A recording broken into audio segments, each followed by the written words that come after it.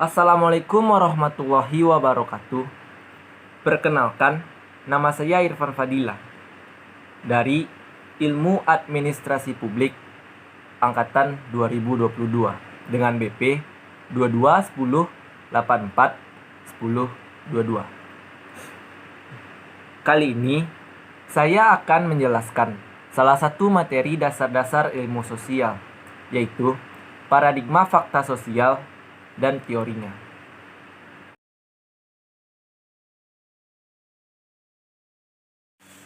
Baiklah, materi pertama yaitu paradigma.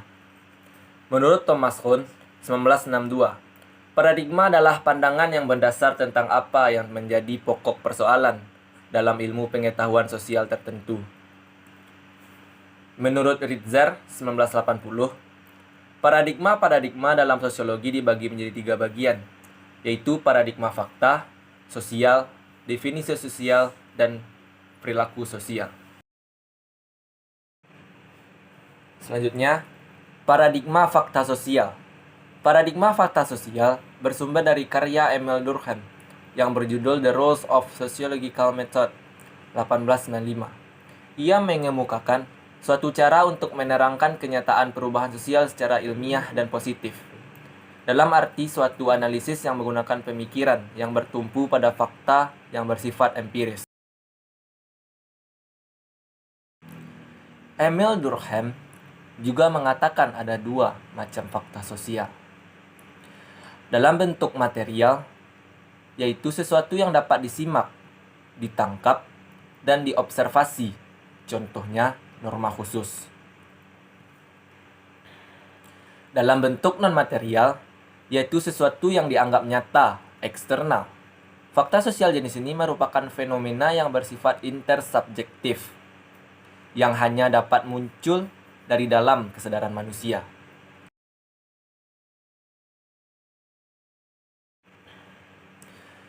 Teori yang tergabung dalam fakta sosial ada 4. Yang pertama, fungsional struktural.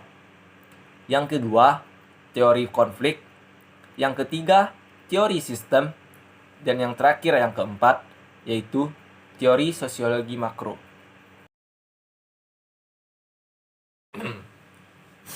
Baiklah, sekarang kita akan membahas teori yang pertama, yaitu teori fungsional struktural.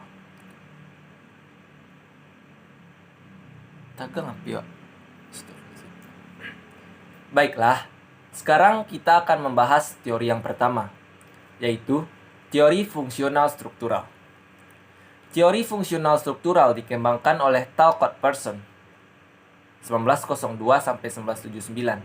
Ia menyampaikan teori fungsional struktural lewat karyanya yang berjudul Toward a General Theory of Action tahun 1951 dan Social System tahun 1951.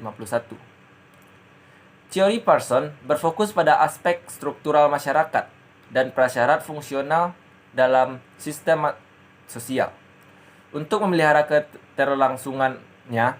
Oleh karena itu, teorinya Parsons dikenal dengan fungsional struktural.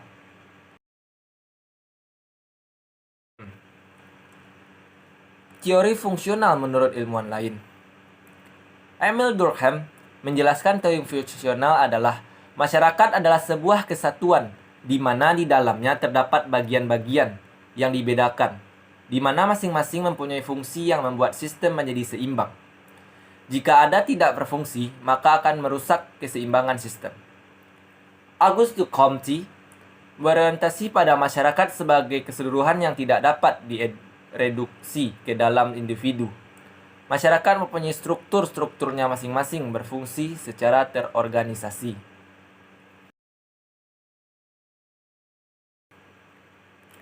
Teori fungsional struktural. Masyarakat memiliki suatu sistem sosial yang terdiri atas bagian-bagian atau elemen yang saling berkaitan dan saling menyatu dalam keseimbangan. Perubahannya terjadi pada satu bagian akan membawa perubahan pula pada bagian yang lain. Asumsi dasarnya adalah bahwa setiap struktur dalam sistem sosial bersifat fungsional terhadap yang lainnya.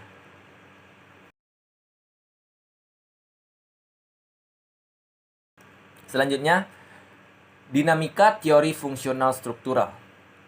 Tahun 1960-an, teori fungsional mengalami kemunduran karena tidak mampu menjelaskan adanya fenomena konflik sosial dan ketimpangan. Tetapi, teori fungsional sangat baik dalam penjelasan perubahan sosial. Selanjutnya kita akan membahas tentang teori konflik, yang diawali dengan awal mula teori konflik.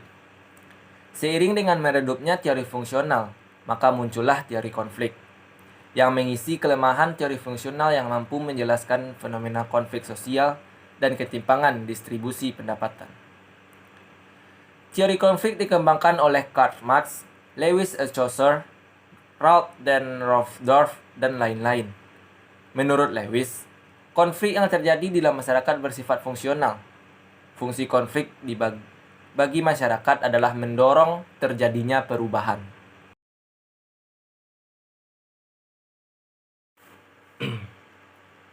Teori konflik menurut ilmuwan. Yang pertama, menurut Ralph dan teori konflik menurut ilmuwan. Yang pertama, menurut Ralph Dahrendorf.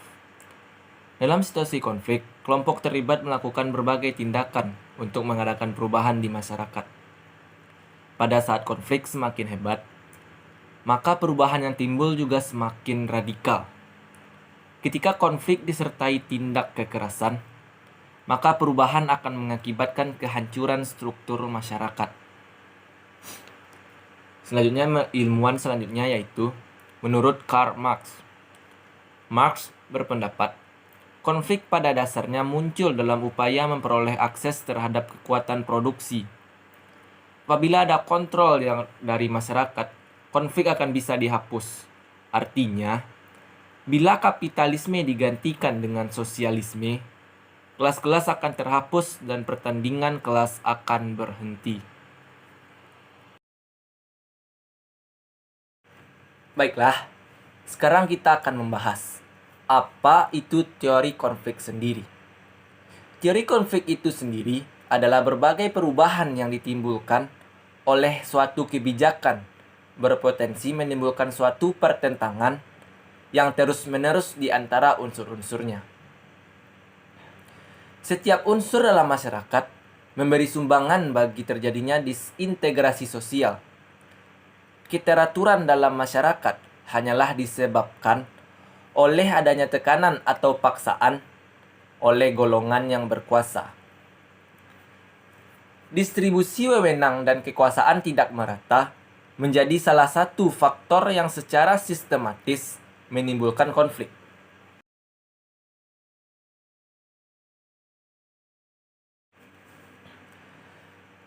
Selanjutnya kita akan membahas perbedaan teori fungsional dengan teori konflik.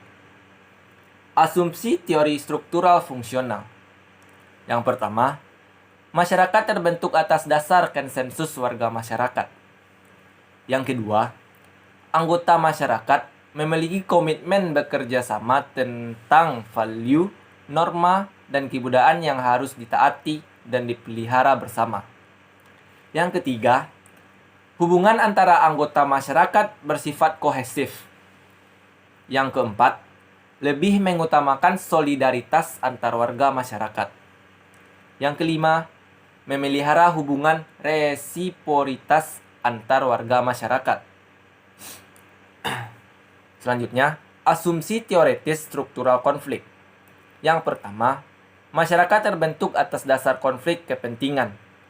Yang kedua, dorongan anggota-anggota masyarakat menghasilkan perubahan. Yang ketiga, hubungan antar warga masyarakat bersifat divisif. Yang keempat, ciri oposisi lebih menonjol dalam hubungan sosial. Yang kelima dan terakhir, konflik struktural menjadi bagian dari perubahan sosial dalam masyarakat. Sekian penjelasan dari saya tentang paradigma fakta sosial dan teorinya. Semoga video ini bisa bermanfaat bagi teman-teman semua. Dan bagi teman-teman, jika merasa video ini bermanfaat, silahkan like, komen, dan subscribe. Terima kasih. Dan saya Irfan Fidla undur diri. Assalamualaikum warahmatullahi wabarakatuh.